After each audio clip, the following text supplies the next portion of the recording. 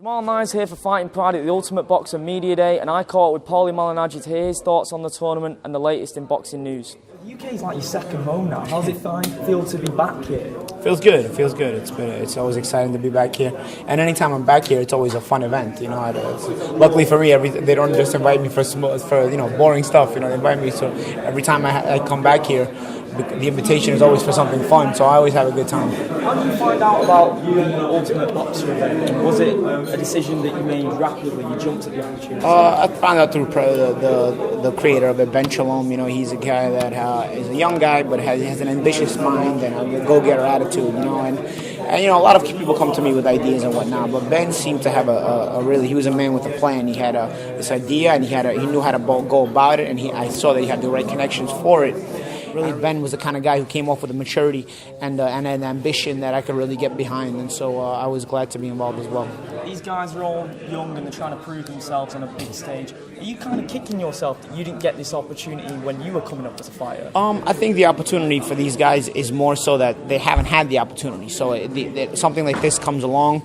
It's very rare. It's something new. It's hopefully something that's here to stay.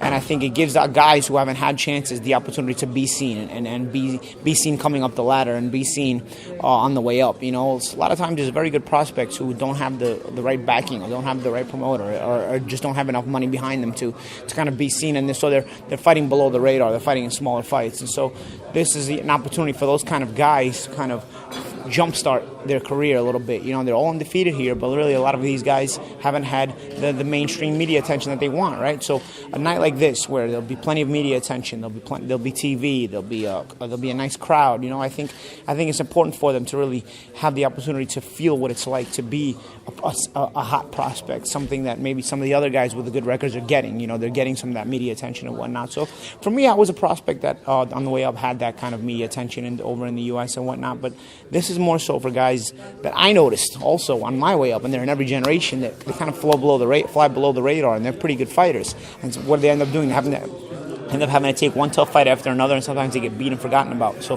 this is an opportunity not just for them to get the exposure, but also not to be forgotten about, because you can win or lose this tournament, but you're on television, so more people are going to see you. There's going to be more eyes on you. Meaning, if you're entertaining and you're a guy who shows he can fight and proves himself, whether you win or lose, I think people will remember you and kind of keep you in that range where they'll think of you in terms of the prospects you're talking about.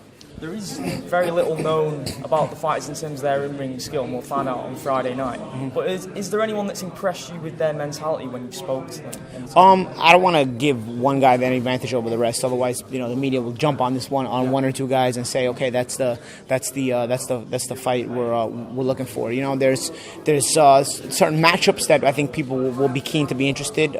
We have a couple of those already in the first round, and I think there's some certain potential matchups if there's certain guys that are able to get by their first round matchups that are also pretty good. But I don't want guys to look at one guy. I don't want people to look at one guy. I want people to look at this crowd as a whole and see, make up their own mind. Watch the fight to make up your own mind, because even I could be wrong. Somebody else could be wrong, but the results won't be wrong. See the fighters for yourself. See how they perform on Friday night, and then I think you can make up your mind a lot on what's going to happen in terms of the future of these guys and who to look out for. The star is going to be made for the winner of this tournament, undoubtedly. But do you think this can be used as a platform to elevate people who have a really competitive, great semi-final that'll put the world on notice? Yeah, I think so. I think, just in general, I think people can get themselves seen in this tournament, and the exposure is priceless. These are guys who have had trouble getting on television. These guys have had trouble really getting noticed, but it doesn't mean they're any less of a fighter than maybe another prospect who's getting the right backing. Don't get me wrong. Any prospect with the right backing probably has it for the right reasons. They've probably had a great amateur career. They've had whatever else it is they're doing right. But I think these guys are also guys who are maturing as they've won their fights, and they're undefeated for a reason. And I think fighting one another, they can be some things that are shown by these guys that maybe they haven't been able to show before: character, skill, determination, will, and also just also personality in general. Your personality comes out in the ring as well, and sometimes that's a very promotable thing. So we'll see. I think all of these guys have an opportunity to kind of showcase themselves all in one night, and it's probably one night where they can do more for their careers than they've been able to do in all the fights previous combined. You You worked on a stack show on Saturday night. Gervonta Davis and Charlo looking great. Broner and Vargas went to a draw. What were your thoughts on that night of fights? I think it's with the night of entertaining fights. I think in the U.S. We're really doing big things with Showtime Championship Boxing. We're really putting together some very big fights, and we never really disappointed. We try not to. I think the head of our operations, Steven Espinosa, has done a great job of picking and choosing the right fights to put on the network, and he's just been amazing. I think Showtime is right now the best it's ever been, Showtime Championship Boxing, and Showtime Championship Boxing has been around since the mid-'80s, so I'm really, really happy to be a part of that, and really be happy to be part of a team where we get to work so many big fights, because I'm a fan of the sport as well as an ex-fighter and an analyst, so getting to work fights that are fun to watch and fun to be able to sit ringside and play the action and let the action unfold in front of me and explain the actions to the crowd, to the fans. I think that's really, really fun. And so I think Saturday was no different. And so we had some highlight reel knockouts from Centeno from Davis and from Charlo and Davis and over Centeno and Cuellar. And then we had a terrific main event where you couldn't really pick between them. It was a very tight-knit, close fight. Vargas jumping out in the beginning and Broner kind of closing out stronger. But really a good fight, class, skills, everything. And I think even you could make a rematch out of that and it'd be entertaining again. Adrian Broner, controversial for what he is, he's always in entertaining fights. Jesse Vargas is a kind of a more quiet guy, but you put him in any fight against somebody who knows how to fight, and he always shows his worth. And I think that's important to have in those kind of fights, and I wouldn't mind seeing that again. But yeah, I was happy to be part of that show. Charlo is hoping to now get the opportunity to step in there with Golovkin before the year's over. How do you see that fight going down? I think it will be a fun fight. I think both Charlo brothers are really showing themselves to have the mettle and the skill to be at the high level of this sport.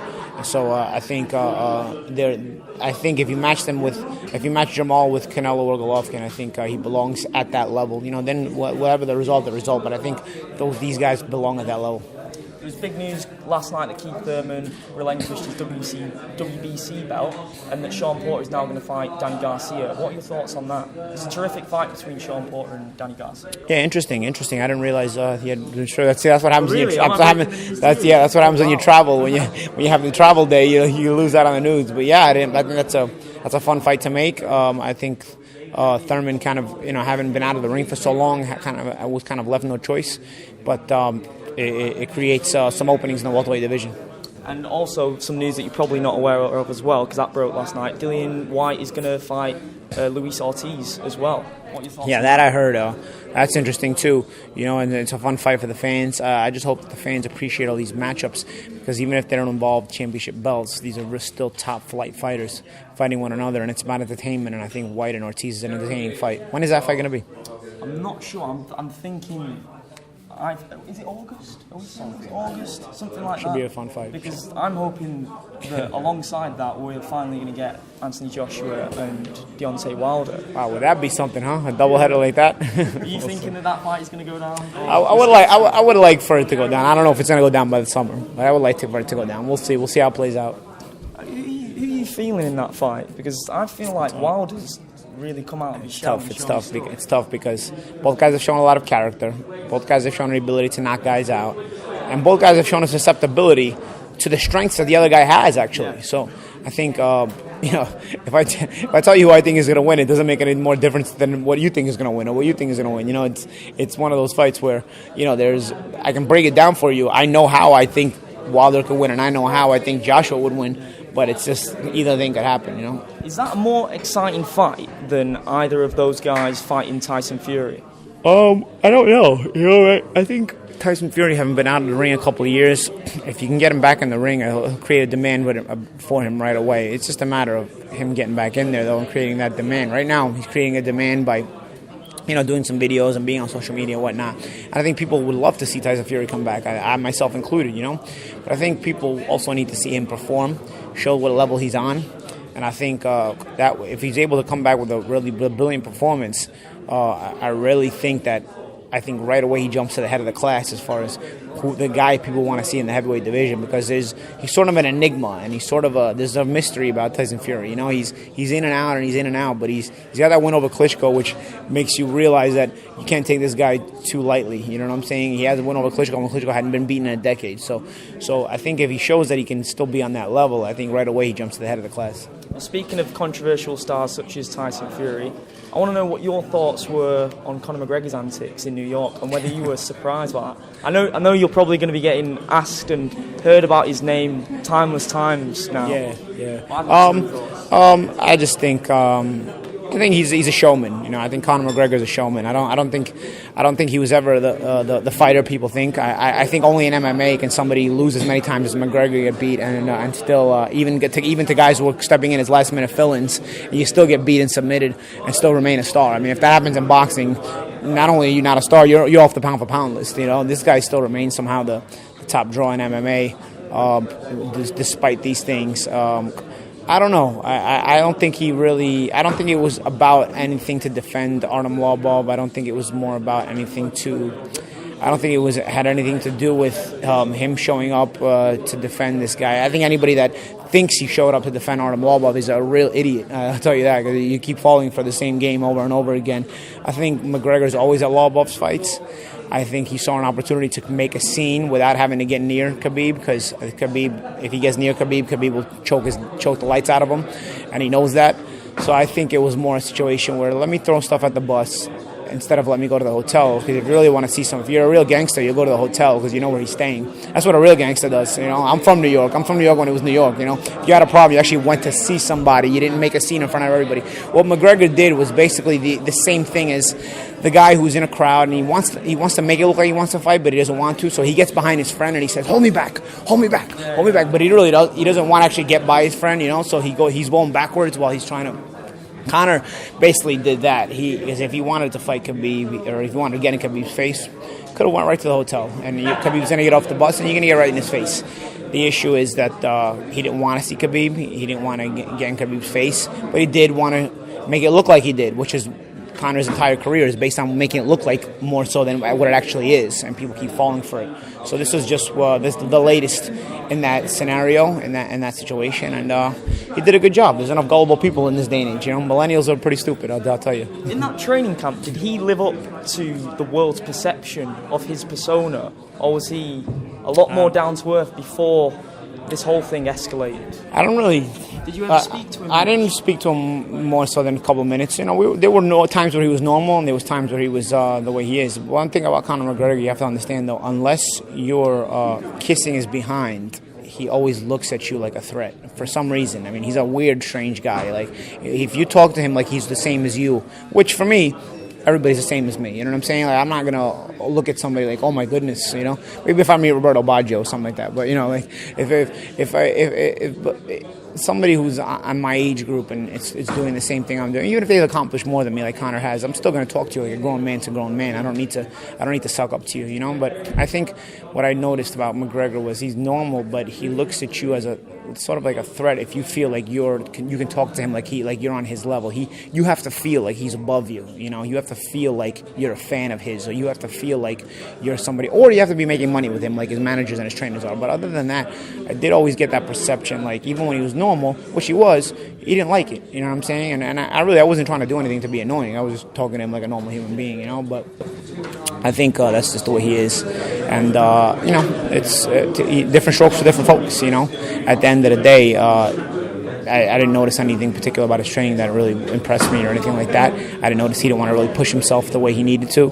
He didn't have enough sparring partners in there that actually knew how to fight, and so I knew he was going to have a problem. You know, he didn't want to get beat up in the gym. So you know, if you don't want to get beat up in the gym, you're definitely going to get yourself beat up in the fight. You got to be willing to put yourself in situations in the gym where you're going to get yourself beat up. You know, and the instant he realized I was going to be beating him up, he basically made it so I couldn't stay there. You know, I mean, it was impossible for me to have stayed in that training camp. So it is what it is. But so, like I said, different strokes, different folks. Do you think Floyd actually steps into his world and that fight goes down? I don't think so. Nah, I don't think so. I think there's a lot of talk. You know, Floyd's really good at keeping himself in the center of attention as well. He just does it in a bit more mature way, you know. But still, it's about media hype and whatnot. I think Floyd does everything tongue-in-cheek. I think Conor takes everything too seriously. And I think that's the difference between them.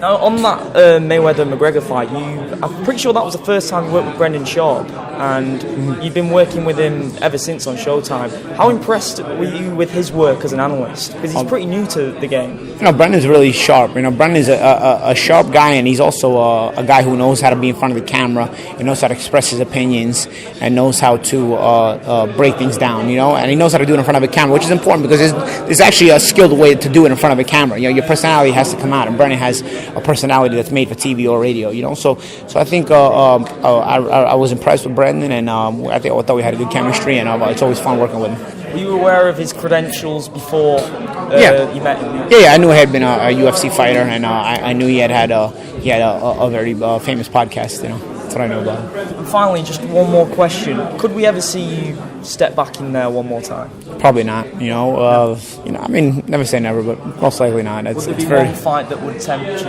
I mean, only like a nuanced kind of a fight. I wouldn't be fighting any boxer. It would be like a nuanced kind of a fight. And I'm not talking about McGregor. It could be, it could be Lobov, could be McGregor, it could be whatever. It's like something that would be fun and wouldn't break my back in the preparation. I wouldn't have to prepare so hard for guys like that. Because I'm very busy with my job, and and it's also I'm also older, so it's very, very difficult to get ready for a top flight boxing contender. It's almost impossible for me at this point. And not to mention, I don't even know if I'm that good anymore, because to really, at my age, they compete with top flight guys like that. But a nuanced kind of a guy, like an MMA guy or something, that's probably, that could be talked about. But I don't even that is slim. The chance is slim to none. Are you sticking around in the UK after this weekend because it's the Bellew? Yeah, I'll be there. I'll be at Bellew Hay fight as well. Working Sky on that? Yes, I'll be there. Right, well, I hope you enjoy your time in the UK. Thanks a lot. Paulie Malignaggi, just want to say what's up and a big shout out to Fighting Pride.